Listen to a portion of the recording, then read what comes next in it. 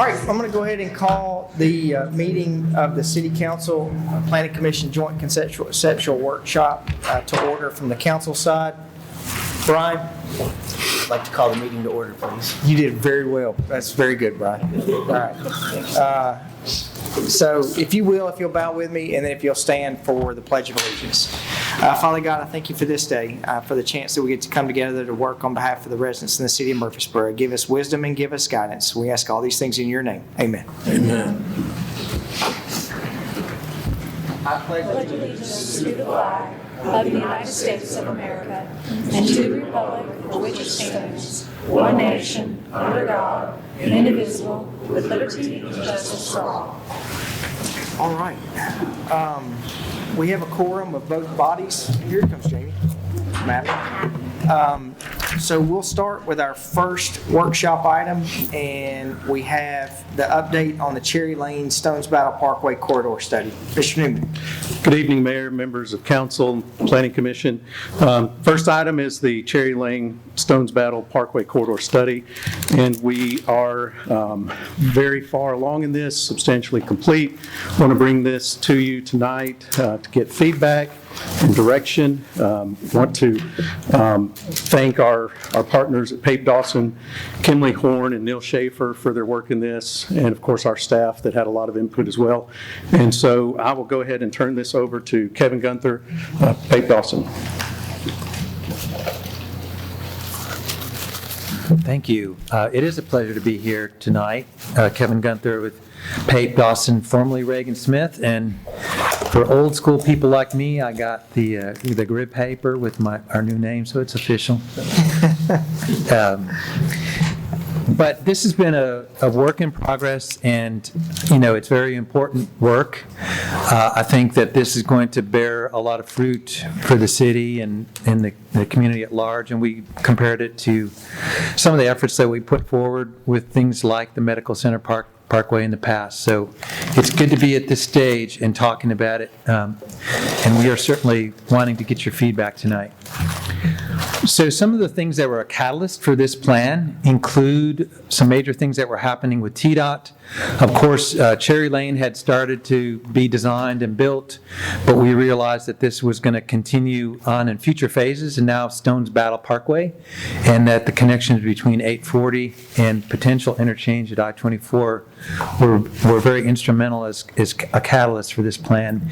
In addition to that, there was some recognition that there's a lot of growth and development pressure happening in this area. We wanted to give the city a document, something that you could use to envision this area and use in your decision-making process.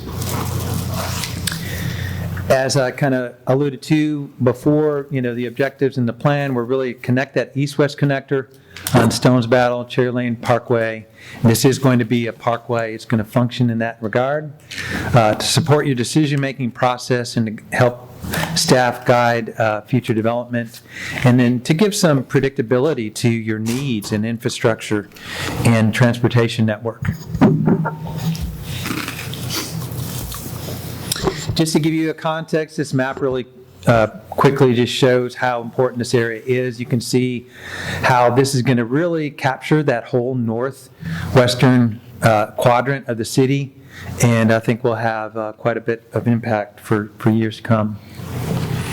There was a lot of documents that we used to inform this plan. We wanted to make sure we were building on the history of the hard work the city has done to this point, including the comprehensive plan, the Greenway and Blueway and Bikeways master plan, the zoning that's in place, and the existing annexations that have occurred, as well as some of the development activity that's being discussed in this area fed into this plan, and of course the major thoroughfare plan and its updates.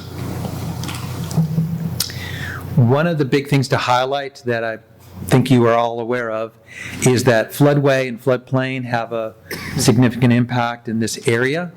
So we need to make sure to highlight that in the context that it's a natural constraint. It's going to be something that's going to impact the site plans as they come in. So we're showing these big bubbles, we're showing large transportation networks, but these kind of things like the floodplain and floodway will have to advise individual site plans carefully.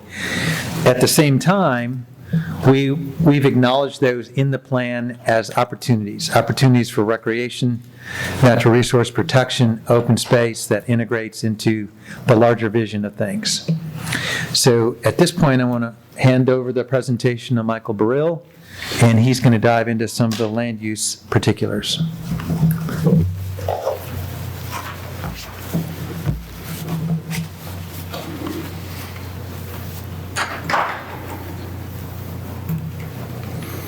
Just expand that so you guys can see these maps a little bit better.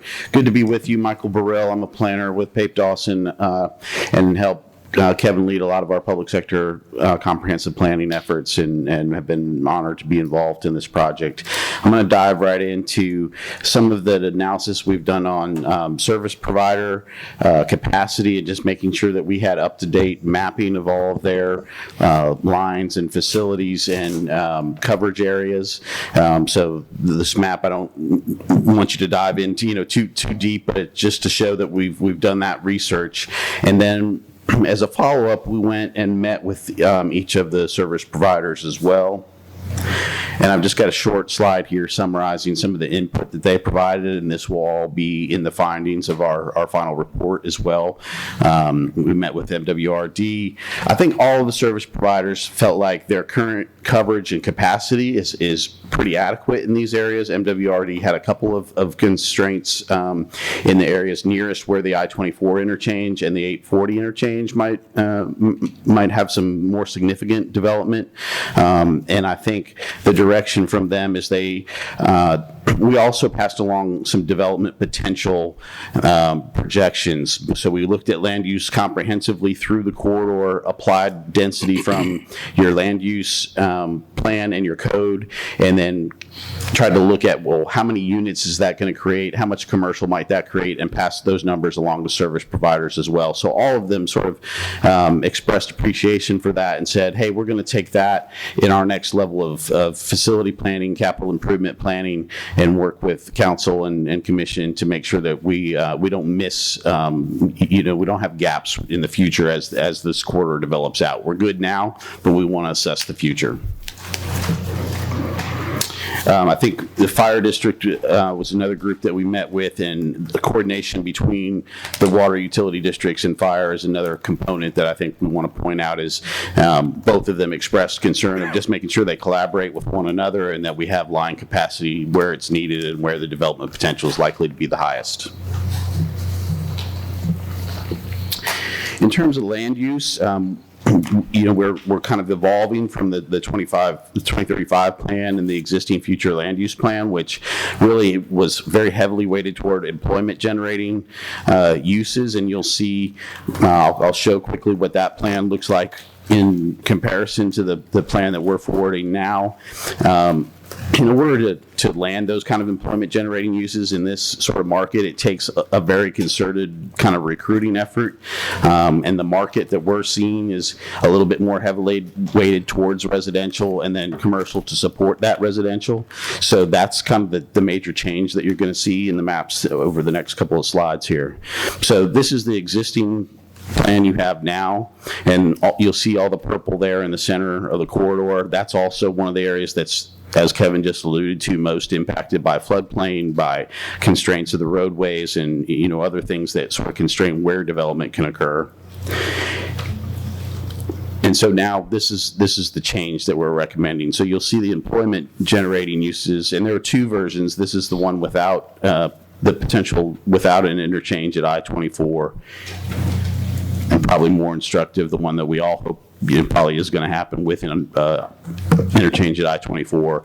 So you'll see right there at the 840 interchange and at the I-24 interchange, that's where we're really seeing those employment generating uses happen, the most intensity of commercial use, some mixed use, some opportunities to diversify housing and put rooftops next to commercial.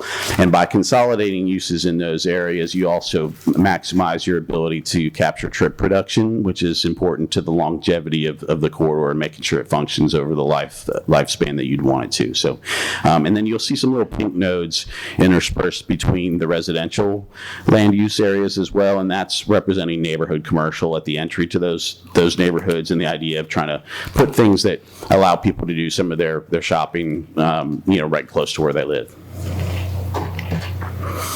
The other thing we were asked to do is to kind of take a look at the center of the corridor. A lot of this is on various pieces of the Ward property, both on the north and the south side of 840, between the river and Northwest Broad. And what we wanted to do there was kind of show the highest, best use kind of potential. What could maximum development look like if you brought enough commercial and higher density residential to those two properties to make up for the amount of grading that's going to be necessary to address floodplain issues, to set back from the river and provide the stormwater capacity you need, and some recreational use like extension of the greenway along the river. So this is the northern half, and then the southern half, which I think you have another agenda item on tonight. The southern half we really felt like had an opportunity to put some commercial along Northwest Broad and enhance the entry corridor to the city along Northwest Broad, capture some tax base there, create some economic viability, and again, put some housing next to employment and next to commercial so that they can play off of one another. We also highlighted a potential connection across the river there, connecting to River Road, that gives you some parallel connectivity up to Stones Battle that we think helps distribute the traffic throughout the corridor. I know there are pros and cons to that for the landowners. I think that the center portion of this property is the highest and the easiest to develop in order to get some of these uses on either side of it, and the grading and the stormwater investment that it would take. Having that sort of combined master developed plan would help be able to execute that. And this is just summarizing some of the things I've already talked about, with the ability in terms of housing to diversify, consolidate rooftops where your commercial use is feeding into it, consolidate your employment generating uses next to where both the infrastructure capacity is there from a transportation perspective and a utility perspective. And then I think Brady's going to come up and talk a little bit from Kimley Horn's perspective about how do we approach design constraints, both in terms of the natural constraints that are there and what we're trying to do with connectivity, talk through typical section, access management principles, how do we look at intersection spacing and feed all of that into both the primary roadway and then the grid of parallel connectivity along it, that's in the blocks that are immediately adjacent to the primary roadway. And that connectivity is also important to managing congestion over the long haul and consolidating trips. So I'll turn it over to Brady to kind of run through these next couple slides. Thank you. Thank you, Michael. So let's see here. I will try to stay extremely brief. I know we're short on time here. So key highlights here for the alignment. I know y'all seen this previously, but if you can see on the left side next to I-24, primary change from the previous alignment you saw was to shift the interchange further north away from 840. And that's just to align closer with some TDOT interchange spacing criteria. As you move through the central portion of the Phase 4 area, it all stayed pretty much identical. At-grade intersections, multiple throughout, and it's mainly just keeping the alignment in between the existing development. As you move further to the right over next to Broad, briefly see where Cherry Lane Phase 3 that's currently under design tied into Broad at an at-grade intersection. When we took a look at it, we modeled it and noticed that an at-grade intersection was hard to continue the corridor. So we're looking at a separated grade. We shifted the alignment north so it flies over Broad, the CSX Railroad, and the creek there. And then there's a single loop ramp back down to Broad to serve as a connection. The general look and feel, like Kevin mentioned before, is a parkway. So just think pretty similar to Medical Center Parkway. So it'll be a combination of both the undivided with a turn lane in the center, and then median divided, mainly focusing on also having sidewalk and multi-use path along the sides. One of the key pieces here was access management and how we balance safety, property access, and having reliable travel times throughout the corridor. Some of these key things were how signals are spaced, how many access points are along the corridor, and having a very strong secondary network to help support the main corridor and help travel throughout. So kind of on the bottom right, you can see a quick diagram that we made that's a general practice of some of these principles for access management. And then in the left map, you can see how these principles were applied to the study area. For the traffic analysis, which is a very key part to all of this, we're very, very close to being finished. I believe we have a meeting this week with the city staff to help finalize some of those items. Briefly cover what we handled here. So we took the existing conditions and traffic counts. We added the committed projects on top of that to help build out the network. We then grew those traffic numbers out to 2050. And then we're looking at 2 builds, one being an interchange at I-24 and the other with just a flyover at I-24. And then on both of those build outs, we added the master plan development numbers on top. And then, kind of like I mentioned, this development has a very large scale of trips. So throughout the entire network, we're looking at a combined about 120,000 additional trips throughout the entire area. As Michael briefly touched on, the combination of having a mixed use and retail all close by to residential really helps in this situation. So it's good that it's all being master planned. It helps reduce about 40,000 trips, which would be in addition to the 120,000. So it really just helps having it all secondary network and having things close by help distribute some of the large scale of trips that we see with this entire development. So some of the key takeaways here, the corridor will have to be developed in logical phases tied with infrastructure availability. And the overall plan supports planned growth and to help grow it all together. And then it allows flexibility for market conditions, whether or not interchange happens. Developments come in and change their how they want to grow in the area. So it all just encompasses the entire area and provides multiple options for how it may grow. And then from there, I will open it to questions. All right, we've got a 20-minute discussion period. Any questions? The interchange where it's, I don't even want to call it an interchange, but where it's going over there over Northwest Broad, like how far away is that from 840? How far away is that from other potential developments in that area? So, let's see. This may be a good one. So the current proposed signal, like I said, is at the existing proposed Cherry Lane Phase 3 signal there. I believe it's about 2,200 foot from Singer, so north, and then it's about the same distance from the 840 interchange. So it's a comparable distance between the two, Okay. roughly around an adequate signal spacing so that they function properly. Okay. Thank you. Sir.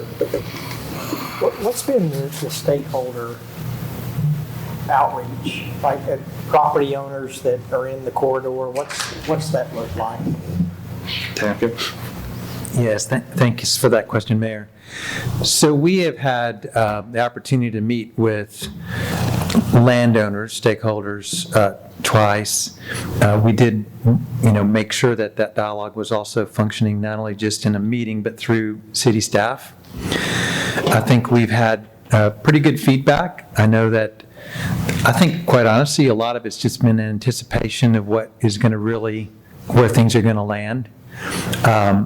To date, I think we've heard that this is pretty well received. We haven't had any major requests for changes. There has been some nuances where some areas might move around, say, for example, commercial. I do want to point out this is like the future land use map.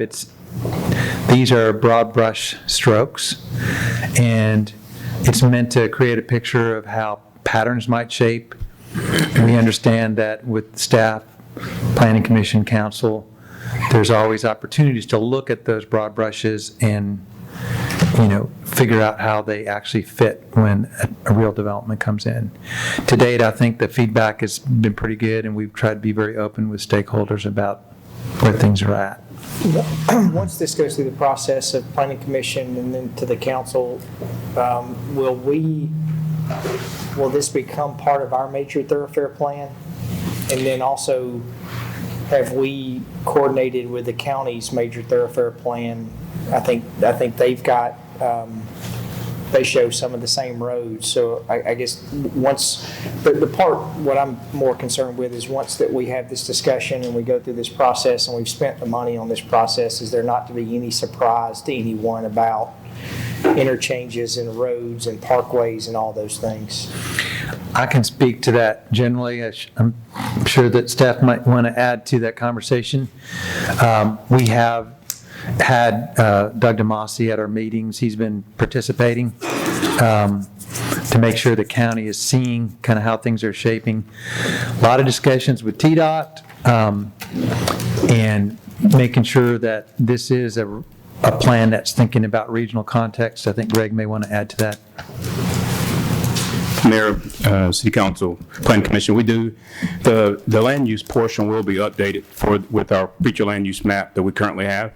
I think Jim Kerr, Lee Smith, and Matt Fazer, they're still working on the 2040 major thoroughfare plan to be able to put within the context of everything we're doing.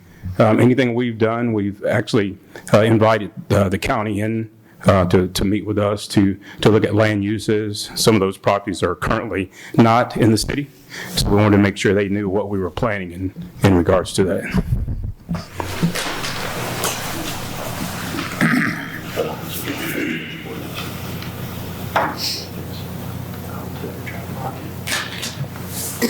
And I can briefly add to that. So the traffic model, we started out with the GNRC's traffic model, used that to compare, and then we've also been working with Neil Schaefer to help compare the MTP with our study area. So some additional coordination there as well.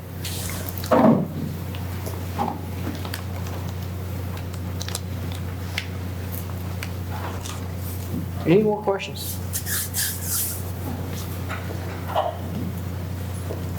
So what's our next step? What are the next steps?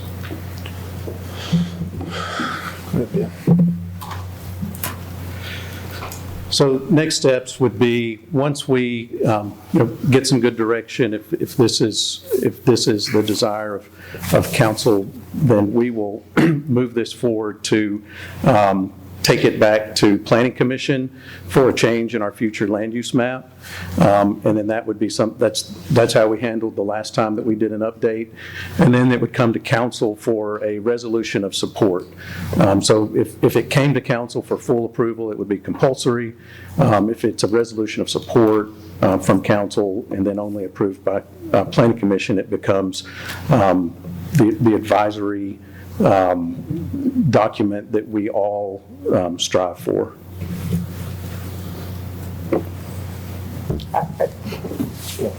That may be, I'll talk about that at the end.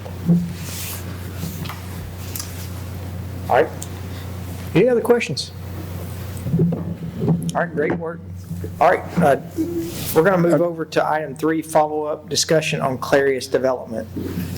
Thank you, Mayor. This is one of those, as they just mentioned, a situation where the broad brush strokes and a proposed development kind of have a little bit of a difference of implementation. So that's I've overlaid the land use, or the Stones Battle Cherry Lane master plan there. You can see this is on the Horde property south of 840 and east of Northwest Broad Street. You can see that there was about a 350-foot strip of commercial, and you probably saw it on that master plan that they had put together, that there was this 350-foot of commercial that would kind of be that entrance into the commercial up towards 840 and then the residential. Well, that really doesn't align with Clarius's desires in developing this particular, I'd say the middle Horde property. So we've had discussions with the development team and the applicant, and they have stated that maybe could be some type of compromise in regards to an enhanced entrance, maybe to appear more commercial, maybe signage and landscaping, and again, architectural enhancements to mimic that commercial type entrance. So that's where I think there's a compromise that can be reached. So I wanted to bring that up to you guys today to say, hey, we have been in dialogue with an actual project and trying to work through the difference between the master plan, the broad brush of the master plan, and then the actual, the very detailed version of a proposal. The only other thing that I wanted to bring up is the traffic, and been working with Kimley Horn on this. So this is again the concept master site plan here. You can see that signal down in the bottom right is at Northwest Broad Street. That's the one signalized intersection that's going to exist, that's going to have to take on all those properties, not just the proposal from Clarius, but also the properties to the north and south. So we had seen in their updated December traffic study that there was about 4,900 trips that were proposed from this particular proposal. So we were trying to get to the point of how many of this is trucks and versus passenger vehicles. And so we went back and talked with Kimley Horn a little bit, and so we've kind of looked at if you can think of this signalized intersection almost like a sewer line, it's going to have a certain amount of capacity. And at what point do you overload that intersection's capacity? And tractor trailer truck traffic is much different than passenger vehicle traffic. So we're trying to really understand how much truck trips are we generating from the Clarius proposal. I don't think they know that. I don't think they have any, a lot of this may be speculative. They may be able they may have certain tenants that they're looking at, but right now we don't have that resolved. So we kind of reverse engineered it, if you will. How will the intersection, at what point will the intersection change levels of service?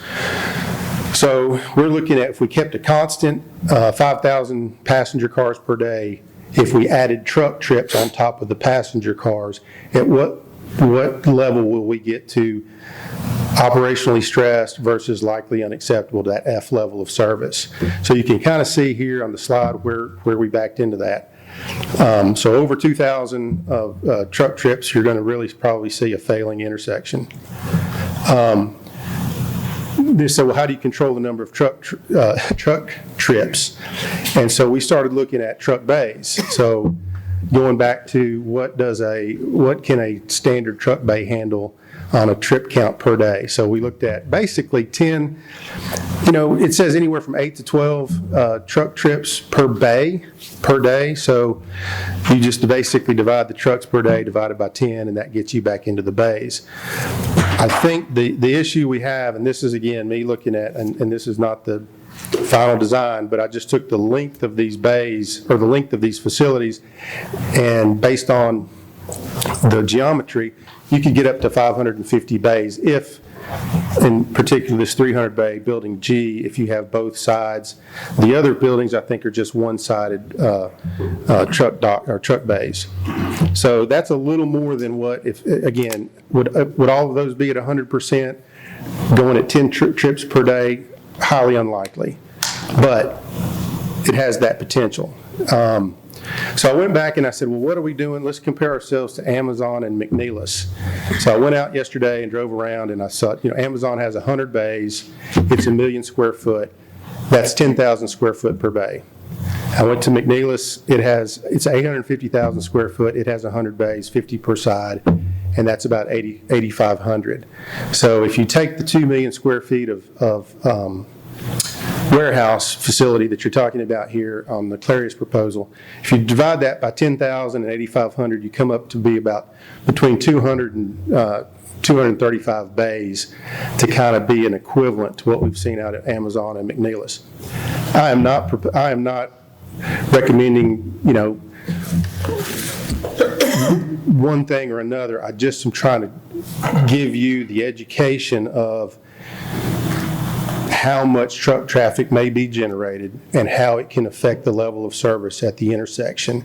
So big view, long-term planning, not trying to micromanage the project, just want to make sure that you all understand that more truck bays allow for more truck traffic. And from staff's perspective, we have been very, very straightforward about the fact that we have not wanted cross-docking to occur on any of these facilities from the standpoint of it's a very low volume job creator and it's a very low job wage creator. So it's got very high impact on the infrastructure and not a high economic impact. And so we've been very consistent over the years to discourage cross-docking. And with that, can answer any questions you got. We want this project to be successful. I will say that. We're not trying to discourage this proposal from moving forward. We want everybody to be a win-win-win. We just also want to make sure that we don't set this intersection up for taking on too much capacity from one particular development. Any questions? So how many bays are being proposed by the clinics? Well, I don't We know that there's being proposed. I just went to the length of each of the facilities. With assumptions. And with assumptions and 12-foot on center that could potentially be on the sides of those buildings. And 550 was what I came up with. Drop that to 500 just based on, let's just round down. So I'd say max potential, you're talking anywhere between 500 and 550 bays if. Total. Whole development. With the full 2 million square feet. 2 million square feet. And that's with Building G? Building G is shown as just over 1 million square feet, and then the other facilities are all in total about 1 million square feet in addition to that. Just thought with the master plan coming forward and the fact that this has been before you before, we just wanted to bring these details to your attention.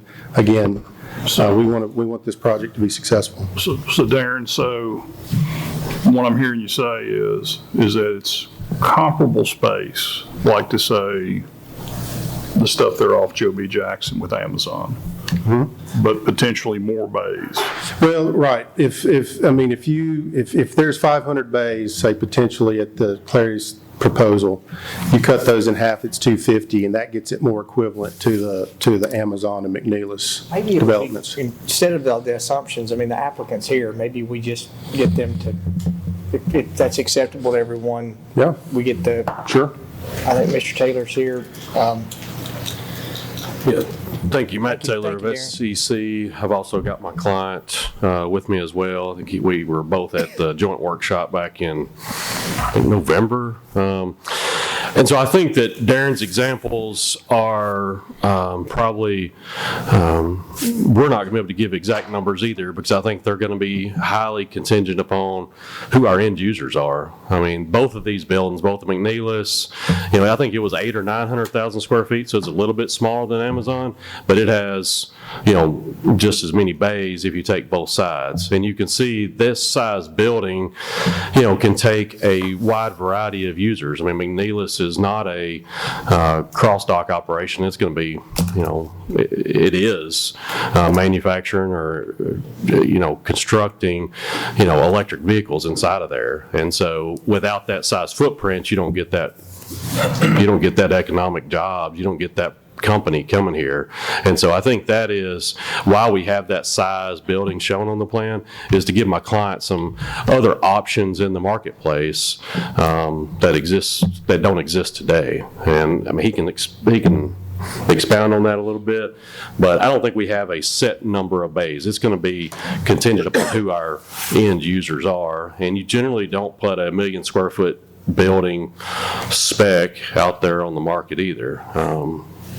But I'll let I'll let Craig expound Hey, on that a Matt, bit. can you flip back? Did we have the Clarius plan picture? Right, yeah, Yep. that's good. Okay, thank you. I just wanted to see it, so you're good, thank you. So that's a million in G and a million also for the others, F, E, and all these other bays, correct? All combined, yeah, the rest of them are $1 million, roughly. Roughly. Yep. So, hello everyone, Mayor, City Council members, and Plan Commissioners. Good to see you all. First and foremost, I just want to stress that really our interests when it comes to traffic are very much in line and aligned with the city's interests. Just as the city wants to ensure that at the end of the day, the build condition and the traffic and the infrastructure associated with that is all functional and works at an appropriate level of service, we similarly have the exact same needs and desires. We have a responsibility to the community, we have a responsibility to our investors, to ourselves, to also achieve those things, because frankly, if we don't achieve those things, then we aren't going to have tenants in these buildings, and that's of the utmost importance. And so we are working. Kimberly Horn is here representing us. I know they have a great long relationship with the city as well. So we're working with a very reputable team that everyone I believe is comfortable with, and it's an ongoing conversation with the city right now to determine what the appropriate engineering assumptions are for this type of development, so that we can come to that engineered solution that we're all comfortable with, and we can objectively ensure that we are going to have a functional road infrastructure set up here. I will say too that just to point out something kind of unique about this is not only are we effectively a stone's throw from the interstate and impacting Broad in that absolute most minimal way possible. It's unique in the sense that oftentimes development is going into a parcel that is that already has infrastructure servicing it in some way, shape, or form, and you're sort of inheriting those roads and sort of doing your analysis and testing against the function of that. Our unique situation here is that we have a totally blank canvas to work with, right? And so, we've accommodated that conceptually thus far in terms of 100-foot right-of-ways for, capabilities of 5-lane roads through the park and providing connectivity for all the adjacent parcels and uses as well. And so we have that unique ability, again, just to ensure that the engineering solution is met. And, we've committed to work with the city traffic staff to come to, consensus on what the appropriate engineering assumptions are so that we can, have that objective conclusion. And in terms of users, to what Matt was alluding to before, our leasing team, who we plan to utilize for this development, is tracking currently 13 users in the market that have size requirements that are as large as 1 million square feet plus or minus, and 9 of those happen to be manufacturers. So a cross-dock does not automatically mean low quality jobs or low wage jobs. In our own portfolio and experience, we have 1 million square feet developments for manufacturers as well. One of them was in an electric auto bus manufacturer up outside of Chicago. So it's not necessarily what you think when you think of cross-dock facilities, I guess is my main point. So happy to answer any questions you have. Matt and Chase from Kimberly Horner here as well to answer any detailed questions from an engineering standpoint. Thank you. Just a couple comments, because I've had some experience in the trucking business, but in my opinion, 10 turns per day of a door seems extremely high. Extremely high. And of course, when you're bringing something in, you don't have the same amount ready to go out again, or else you wouldn't need a big warehouse, right? So I think 2 to 3 turns per day on a door is what, depending on what it is, right? And then Also, the comment on cross-docking, I think the purpose of a cross-dock is to minimize the number of trucks coming in and trucks coming out, because you're going out collecting, bringing a truckload in, consolidating it, bringing a truckload out. So I think, it depends on the exact business and what they're doing, but I think you'd see less truck traffic from a cross-dock than you would from a typical warehouse, where you're bringing full trucks in and then partial trucks are going out. So just a couple of comments. I'll say, like, I know that everybody associates a 1 million square foot with Amazon facility.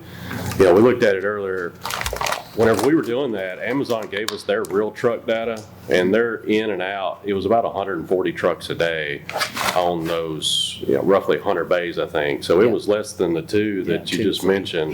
Right. And I drive by there fairly regularly, and I rarely see like what I would associate as an Amazon truck coming out there. So it's not this constant cycle. There is a lesser degree. We've not counted the trucks at Amazon since, but they gave us their real world data on that. Yeah, and the bays are typically used as staging areas for stuff to get ready to go out. So you might have a bay that sits there for 2 days unused, or one that collects product all day long. And if it was full trailer in, full trailer out, 10 turns a day, it takes an hour to unload a truck with forklift and an hour to reload it. So, you'd have to have a 24/7 operation humming to get anywhere near 10 per day, I think. And that really changes your data right there. Yeah, I would tend to agree. And, I would equate the really high volume dock usage in terms of trucks in and out to more of a transload type of cross-dock facility that's a really kind of pencil-shaped building, really long and narrow, doesn't have the warehousing component or manufacturing or whatever the other operation is going on inside. It's truly just trucks in and out, and that's clearly not what we're proposing here. And, in terms of what the appropriate assumptions are, we rely on engineering, and there's standards, ITE standards, and so on. And there's always some judgment within that, right, about what to use and what the right assumptions are. And that's what Chase and his team is working on with the city right now to come up with what those appropriate assumptions are. Just to make sure, our discussion, just because there is a minor deviation on what the Cherry Lane corridor, or is everyone, we can't vote on anything, but is everyone, I don't even want to say in agreement, but this project is going to keep moving through the process unless, okay. So I'm fine with the project. I'm not, and I appreciate Brian's insight into the docking so much, because I know residential neighborhoods. I don't know anything about trucking or logistics.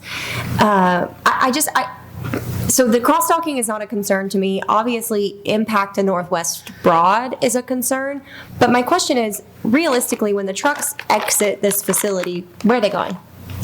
840. They're going to get right on that ramp, and they're going to get on the interstate, right? Right. And then when they come off, they're to get there, are they likely going to take 840, or are they going to be driving through town? Likely 840. Right. I'm less, I don't know, impact on traffic. And I agree, Matt. I go down to that area more often than I would like to take my dog to the vet over at Mr. Shirley's vet office. But I don't see a lot of truck traffic, which is really surprising because it's a very industrial area.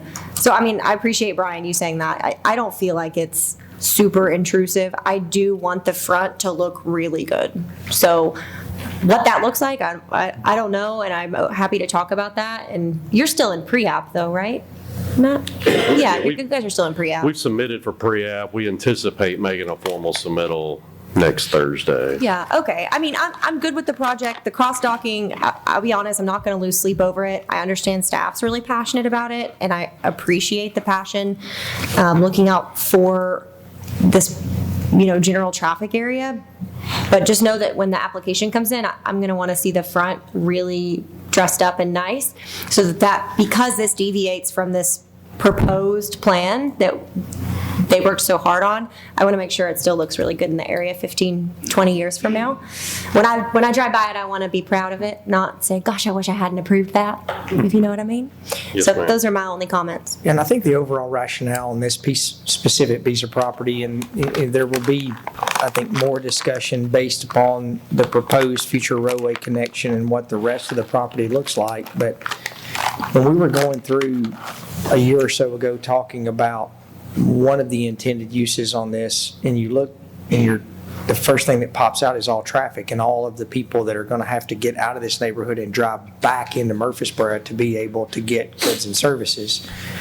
A use like this, those people are not, I mean, it's job creation, but they're not driving back to Broad Street and Thompson Lane. And as much as I'm super excited about the Cherry Lane corridor study. I mean, I know how long we've been working on Cherry Lane Phase 1, Phase 2, and Phase 3. There's going to be a lot of work to get to 4, 5, and then with the choice lanes on 24, figuring out what's going to happen at the interchange, whether it's an interchange or flyover bridge. So I think this accommodates the best of both worlds in keeping traffic centralized at that interchange as opposed to driving back in and clogging up the streets of Murfreesboro. You couldn't ask for a better location to do that. Yeah. So close to the interstate. Yeah.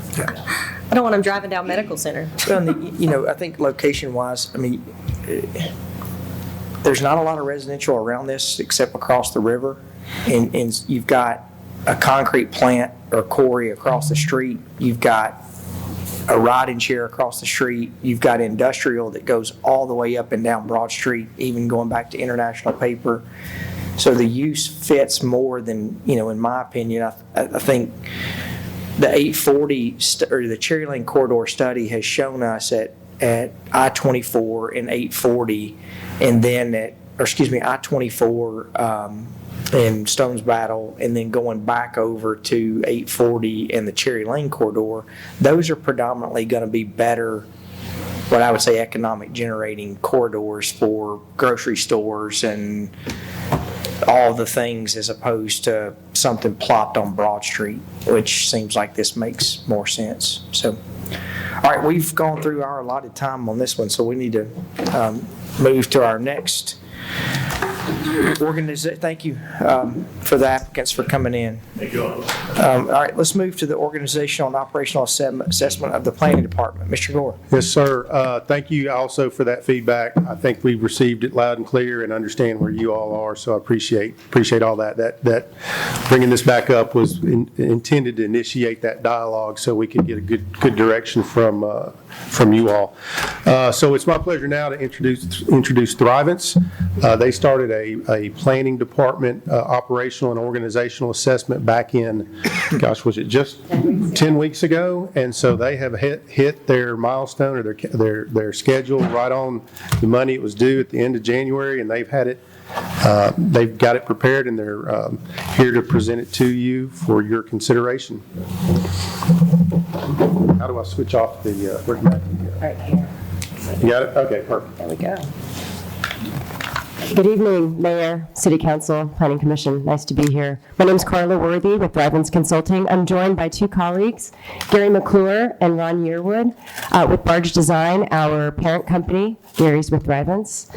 And as Darren said, 10 weeks ago and 3 holiday weeks ago, we started this assessment with the city of Murfreesboro to dive deep into the operations of the organization. And today we look forward to sharing our findings and some of our high-level recommendations. We did submit a written report, which I hope many of you had the opportunity to read. That does dive into a lot of the detail that we'll be covering at a high level today.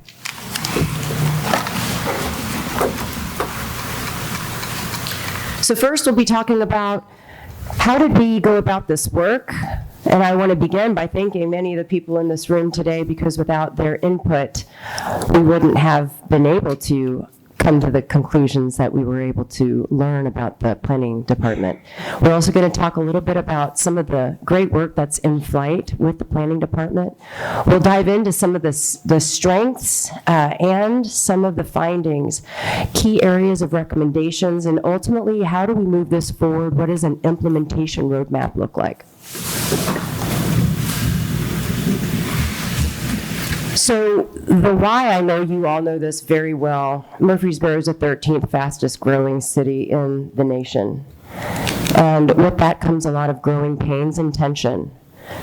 To balance the need for speed, if you will, as an economic engine, as you all continue to grow and work with developers to bring forward amazing opportunities for the community, you also have this balance with the tension with the growth. So there's the rate and pace of growth, and then there's the efficiency. So those two things are, in fact, at odds at some times, and we're going to dive into where methodical intervention can really help propel the operations.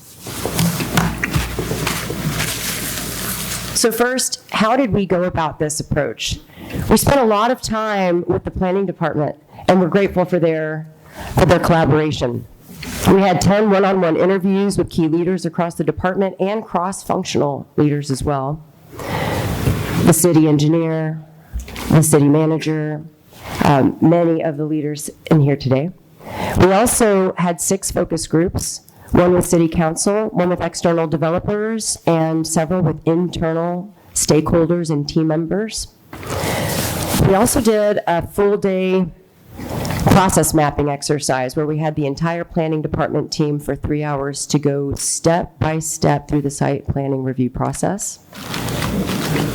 We uncovered a lot of data that was sent to us from the client, so over 100 files of data were reviewed, including org charts, a lot of productivity, workload, sign-in sheets, you name it, we reviewed it. We also deployed 2 surveys, an internal survey for the team and external surveys for developers. And we also did 7 shadowing sessions where we were flies on the wall at meetings. So we were able to listen, learn, and observe a lot of the handoffs and a lot of the dialogue that took place during these sessions. And we spent time with peer cities as well. So we identified cities that met or at least came close to the rate and pace of growth of Murfreesboro, similar sizes, and that had similar dynamics at play as Murfreesboro. 2 are in the state of Tennessee because we wanted to see how they balanced the legal dynamics of Tennessee, but we also wanted a cross-section of states across the nation too. So we had that, and we spent time with 2 planning directors, Round Rock, Texas, and Rexford, Idaho as well. So we interviewed those individuals. So that's how we gathered our information. So essentially all that to say that the information we are sharing with you is a synthesis from all of these touch points, which means that most of the recommendations that you're going to be hearing about today are already co-created. We feel like we were honored to be the catalyst of bringing this information, synthesizing this information for you, but the voices that you're about to hear are from everyone that I just mentioned. So first, I would be remiss if we didn't highlight some of the work that's in progress now. Much of it has already been launched. Some of it is in flight as we speak. So the planning team has done work in the proactive communications to really rally troops to improve consistency and openness and transparency of communication by way of, and this is a sampling of some of the work that's in flight, Monday land use meetings and other daily huddles, ways to ensure that the team is unified. There's also a pre-application and due diligence process that ensures that steps are more clear for applicants. From a digital innovation perspective, I know many of you know that there is a new site portal that has been launched that brings a new layer of visibility to the external stakeholder group, including things like the volume of approvals that are underway and historical, as well as the calendar for approvals. The CityWorks implementation is moving forward. Currently for 2026, they're on clip for 1 workflow per week, and that's in a sprint modality to be complete by the summer. And the digital submission process is moving into full standard practice, which was not the case even when we started this initiative 10 weeks ago. From a fast track perspective, the team has moved forward with staff level reviews that really help to fast track those minor projects. So just as an example, 197 cases were able to go through in a couple of weeks, which saved about 60 days per project. And there's a lot of work taking place to ensure that there are parallel work streams as it pertains to department reviews. Opportunities still, but that work, that groundwork has been laid. And from a customer-focused perspective, small but mighty moves have been put into action from a pre-app perspective. Little things like welcome packets, emails to help improve communications, and other things. Like I said, this is a sampling. So those are some of the things that I said, like I said, are either in flight already or started since we've begun this project. So when we started this work, we hyper-focused on three main areas. An operational and technical assessment that was going to help us dive deep into the actual process itself, technology utilization, interdepartmental coordination, and overall workflow efficiency. So that was our bucket number one. And under that bucket, we found three challenges that we'll discuss here in a bit. Second bucket was organizational structure and staffing. So what does the structure look like for the planning department? How does that compare to other peer cities? Is the workload distributed in a way that makes sense? Is the organization structured in a way that makes sense? Are the spans aligned with what good looks like across peer cities? And what might opportunities be to optimize that? And then the third bucket we looked at was leadership and culture. So when we think of the leadership of the planning department, communication practices, overall morale, what we can gauge from turnover, and the general pulse of the brand proposition, what are some opportunities there? So in total, we found 8 key business challenges around which we organized for our recommendations. So under operational and technical assessment, challenge number 1, we found fragmented and redundant workflow processes. This might look like redundant meetings, a couple of meetings to do the same thing. It might look like a completeness review that actually is taking place in partiality over 4 steps. It might mean that the same decision is being discussed multiple times over the course of the approval process, and sometimes the decision might be different. So overall, there was an opportunity for a more integrated process refinement. From a technology perspective, CityWorks implementation is in full throttle. To that end, what we did learn was that there was an opportunity from a cultural perspective and an adaption perspective to improve training and overall adoption of the tool. Current state sentiment is that the tool is still getting its sea legs under it, if you will, in terms of aligning with the core processes of the team. This is a natural growing pain, so we have some specific recommendations that will help expedite the process perhaps, and also ensure that there's greater adoption by the team so that ultimately it's used internally and externally. Excuse me. Third, we found that there's inconsistent department coordination. As I also already referenced, there's already work taking place to improve the parallel work streams. That's teamwork for you, isn't it? And but there's opportunity for ongoing enhancements in how the silos are broken down even further so that there's additional transparency and understanding between departments. And those baton passes that take place are done so with more organization and more efficiency. Under organizational structure and staffing, we found 2 major business challenges here. So when we looked at peer cities, there is a difference in the staffing models. So just for reference, there are 6 planners for the city of Murfreesboro, which has 168,000 inhabitants. And that's about 3.5 planners per 100,000 community members.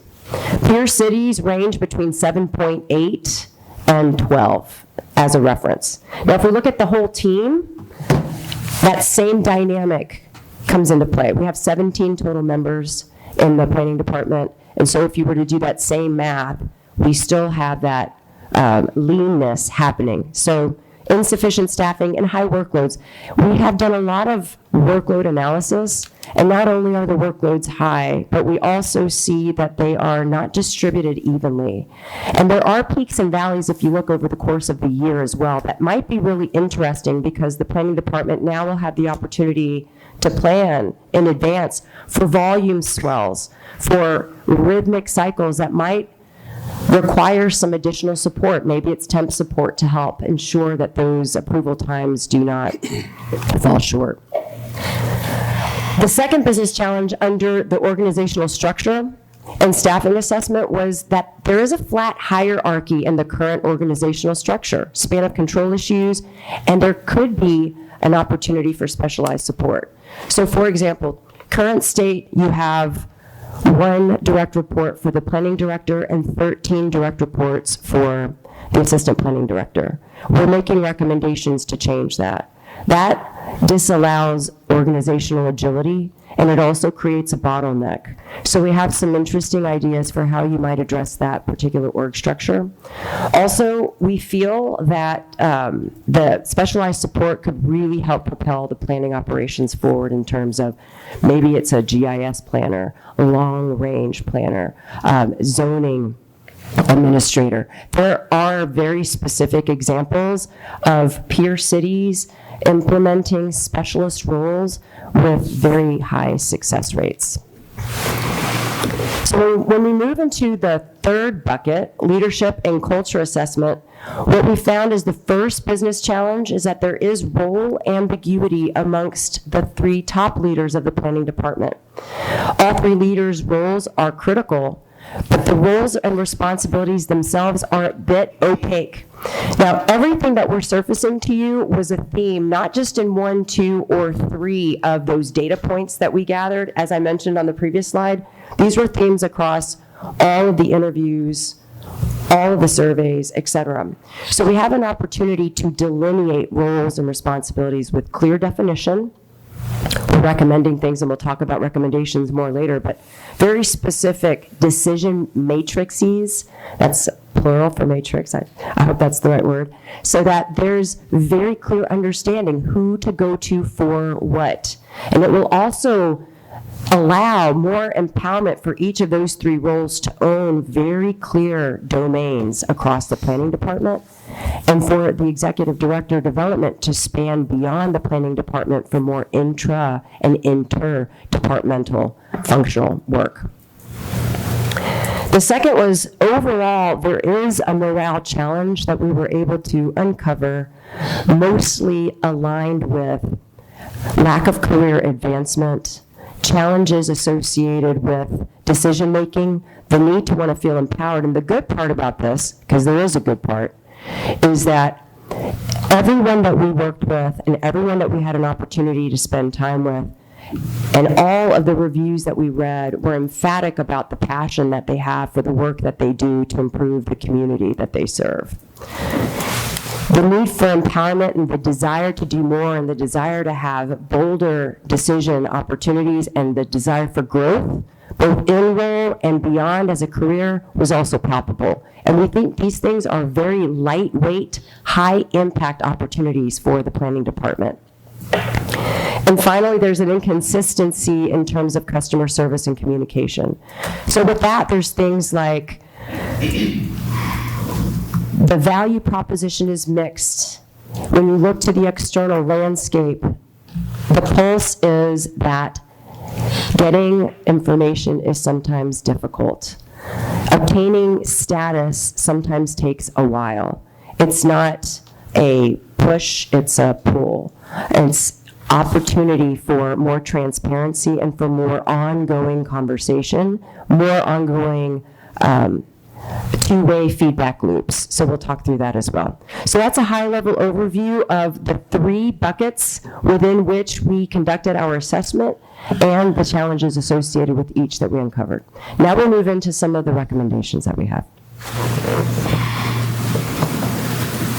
So before we jump into the actual recommendations, we wanted to put them into buckets because so many of the things that we discussed we believe are quick wins. They're slight modifications that can have substantial impact for the planning department. So we're calling those quick wins within the first 90 days. Phase 1 is going to be what we would recommend to take place within the first 6 months. Phase 2 will be by the end of year 1, and phase 3 will be by the end of year 2. So as you see, quick win, phase 1, phase 2, phase 3, those are the time allotments associated with each of those categories.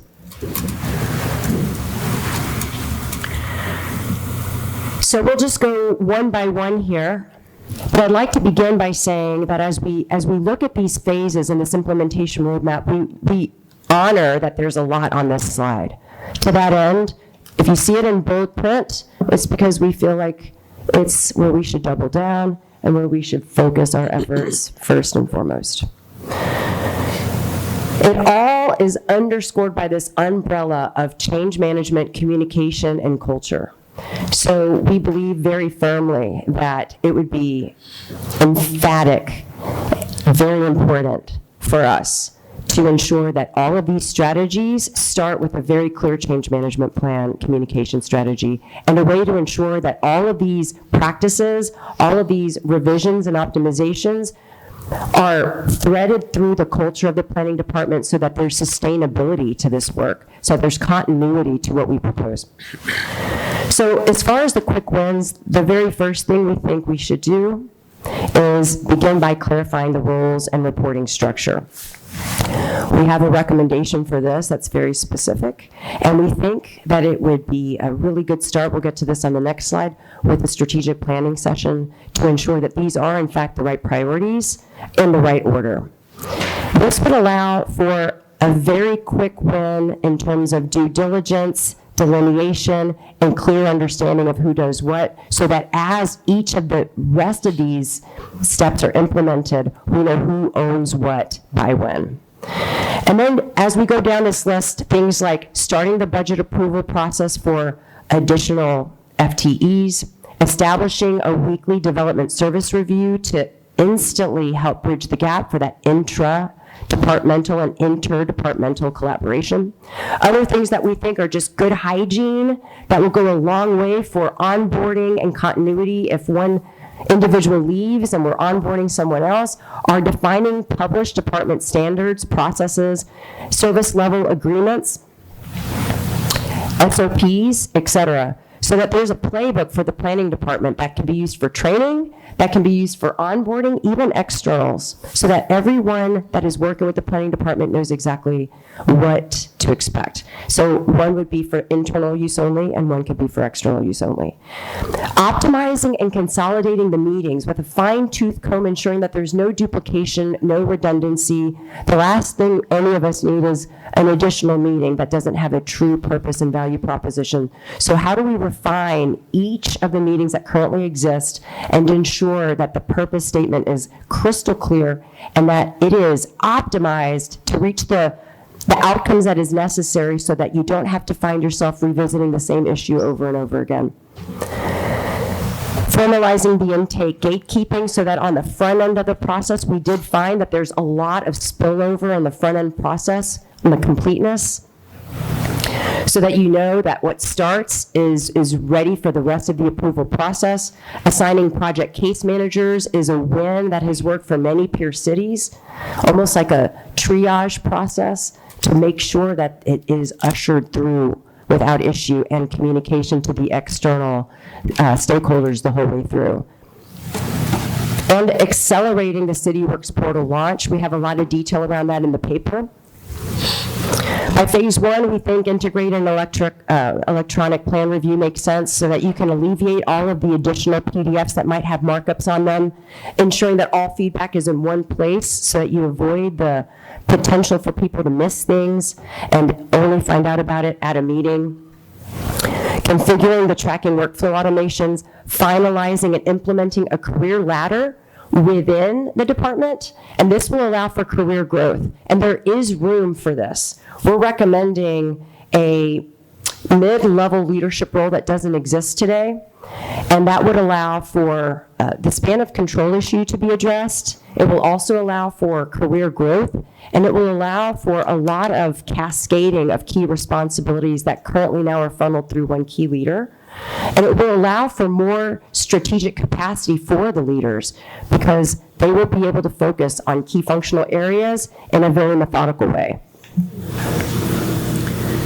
By phase 2, we move into our new organizational structure that has the mid-level leaders, that has the specialty roles, that has the additional FTEs, and it's not just the people. The additional people is only one piece of this, making sure that they're structured very, very intentionally with a clear job description, a clear pay grade, clear roles and responsibilities so that they are executing flawlessly on the agenda of the planning department. And this organizational structure is also crucial for decision making and for the ability for the team to continue to be agile to the needs of Murfreesboro as the city continues to grow and evolve. Expanding the site, the development portal, we feel like that is essential for the external stakeholder groups to have a one-stop shop to see the status of their applications and to be able to interact electronically so that the phone calls and the emails can be reduced or eliminated completely. That is a best practice, and we would love to see no emails and no phone calls at all in short order. And we would love to see post-project customer surveys so that there is a pulse, a two-way communication loop. How did that process go? So that the city of Murfreesboro is in constant communication with its clients, its stakeholders, its customers, its developers, so that the city of Murfreesboro becomes a destination city to come and invest in, to come grow in, and to come develop in. And by phase 3, by the end of 24 months, we would revisit strategic plans, tweak, optimize its living and breathing. It continues to evolve with the city. Institutionalize annual training programs to develop all of the team members that you have created with this new org chart. Launch a series of professional development around things like customer service and ongoing interdepartmental collaboration and influence, et cetera. It will be important to implement succession planning framework to ensure that everyone has a contingency. It is also important for career development to make sure that people are getting the exposure that they need for that next level. It's also good for cross-training so that the single points of failure that exist today do not exist tomorrow. We believe that there's opportunity to formalize external partnerships with utilities as well, so that there's on the front end just more transparency and more understanding of all of the feedback that's going to be necessary to move a project forward, rather than doing it piecemeal, doing it together. And we have very specific recommendations on how to do that, some of which are already underway by the planning department. And finally, and this is another one that's started already, and we believe it should be formalized and institutionalized as an annual developer forum or a quarterly annual developer forum. So this is built to last. This strategy is also what we believe will be highly impactful for the city of Murfreesboro. So with that, I'll conclude. We believe that with all of this, we'll find ourselves with streamlined workflows, a right-sized team, clear leadership, and overall a positive culture. And we believe that this will enhance, optimize, and elevate the existing work of the planning department. So that's super high level. The details are in the document, but I would love to open it up for any questions that you all have. Questions?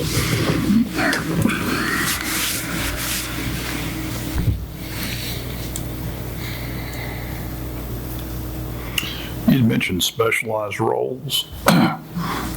What were the other cities that seemed to have more people? You brought that up. What was the specialization that they did in particular, given that they had more staff? Yes. So Round Rock has like a very specific person to focus on historic zoning.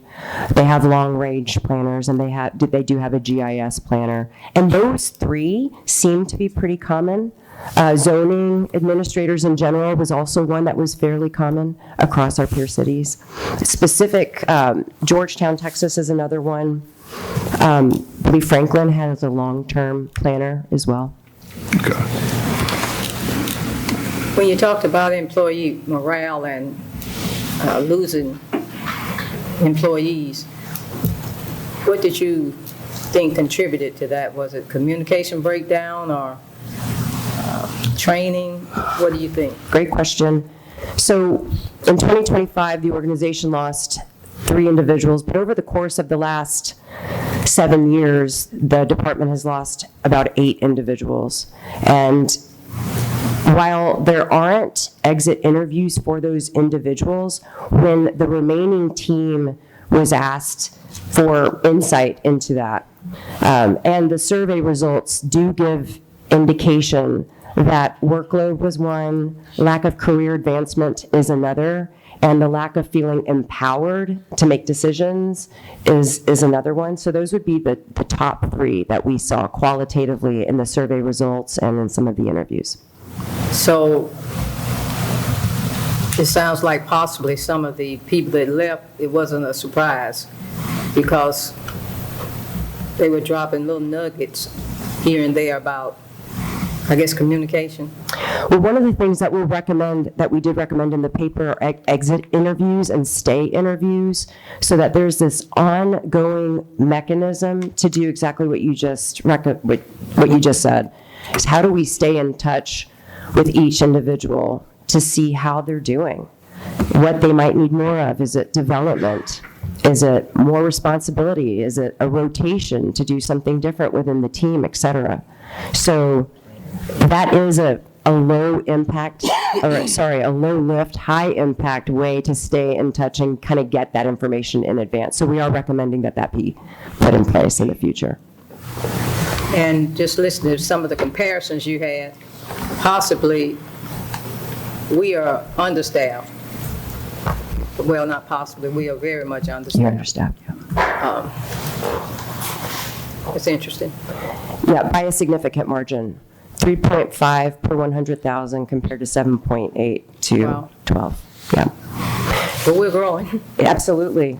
Absolutely. Most of the peer cities that hit 100,000 community members had a moment of restructure. So it's possible that the city of Murfreesboro group passed that threshold without an opportunity to really look at the staffing model and the workload thresholds.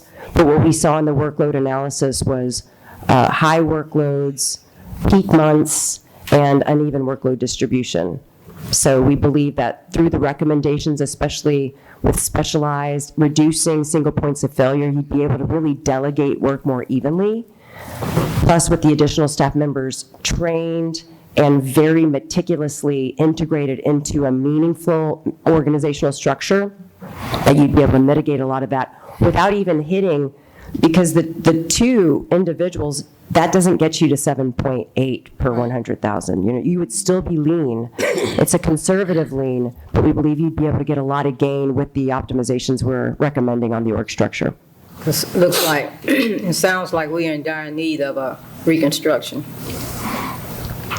A restructure would definitely be helpful in ensuring that the organization's posed to meet the demands that it currently has. Thank you. But you feel, I mean, the one thing reading through all of this, it sounds like we have the team in place. They're knowledgeable. They know what they do. I mean, they know what to do. It sounds like we need to do a better job empowering them. One, I want them personally to enjoy coming into work every day And planning is a tough role because when planning someone doesn't get the answer that they want, the first phone call that they make, or I'd say 14 phone calls they make, are to planning commission members or to council members. So, a planning staff member is always going to feel like that if they make somebody mad, someone's just going to be calling, someone else. But I'm all for, I think, us looking at new people to help with the workload. But if we don't have the processes in place, I read we've got one person that has 13 direct reports. That's not healthy. Right. So it sounds like we need to get the processes in place first. And then if we get the processes in place, then if they come to the council and say, we need 4 new planners, then that's absolutely, I think, something that the council would look at during budget time. This is a revenue-producing department. Absolutely. As well. Absolutely. And from a morale perspective, we want things to be good before we recruit, just so we can have retention. So I guess the big question is, we have this big report, and this is the other tough part. I can't say this ever happened. You're reading about a department and challenges and things that can be improved in the department sitting out in the audience. So that makes it really comfortable when we're talking about that.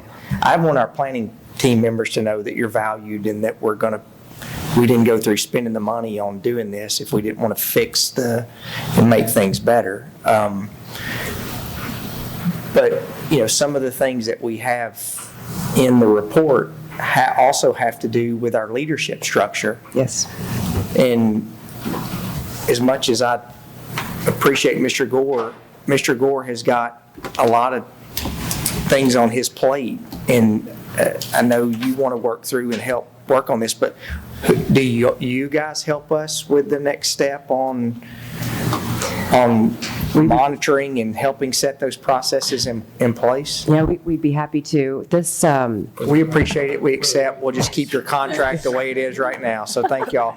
Meeting We'd be adjourned. happy to. No, just kidding. We'd be happy to. I do want to underscore the team that we worked with. The entire planning department was so open and candid throughout this entire process. We've done many of these organizational assessments, and what you said at the beginning, Mayor, is the bottom line. Usually we have a people problem and a process problem and a structure problem.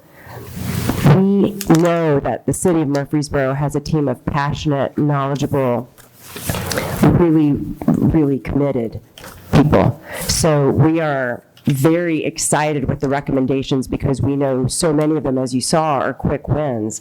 They will make a radical difference.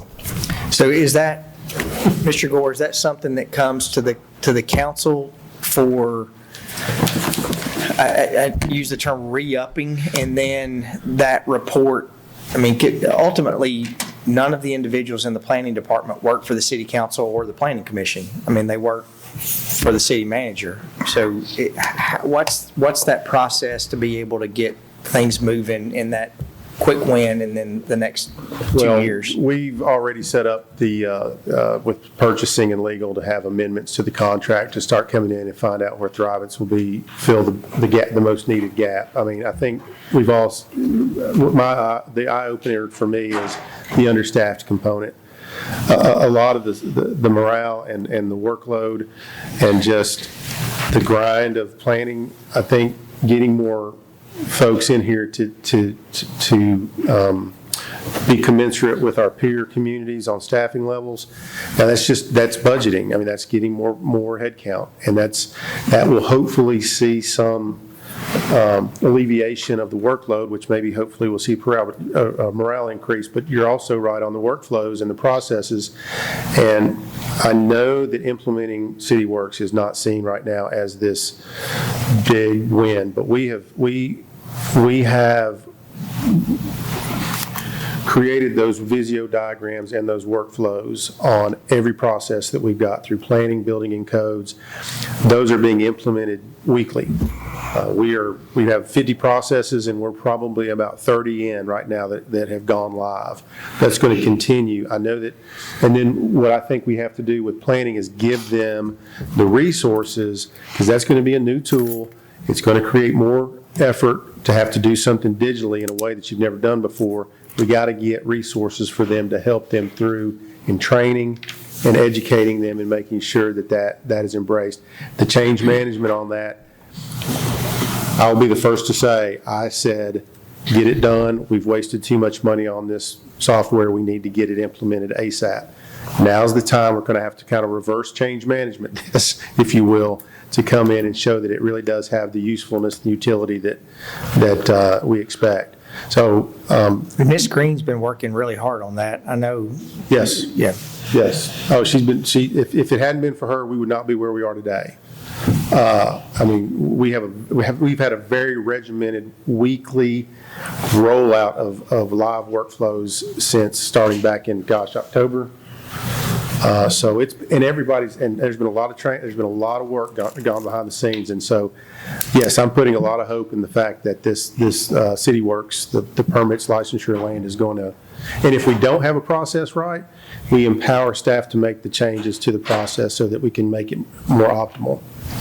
So will you come to the city council in the next couple of weeks with a recommendation of this is the next steps we would like to go? And we've got to get a budget. I was just talking to Greg and Ben. We've got to get a budget together on all the changes we want to make. Thrivance would be part of that. The new head counts, how we want to go in and create that. I mean, we need to create the roadmap, which we have. Yeah. We have the milestones, the quick wins and the priority 1s, 2s, and 3s. We need to assign really a budgetary and cost associated with that and bring it back to you all. We would want it to be a tangible strategic planning where each of those things on the slide that you just saw have an owner, a timeline, and a way to ensure that we're monitoring it so that we are accountable for the execution of each and every one of those items. I hate to I know they have to get the room turned to be able to get ready for the 6 o'clock meeting. Yep. But well, I will just say this about the staff, and everybody embraced it. It's always hard to get constructive criticism on your shortcomings. Everybody's embraced it and said, yep, we see it, and we're ready to dig in and get better and improve. So everybody's attitude has been great. Amazing. Thank you. thank you, everyone, for your hard work. Council members, commission members, y'all have anything? All right, with that, we will stand adjourned.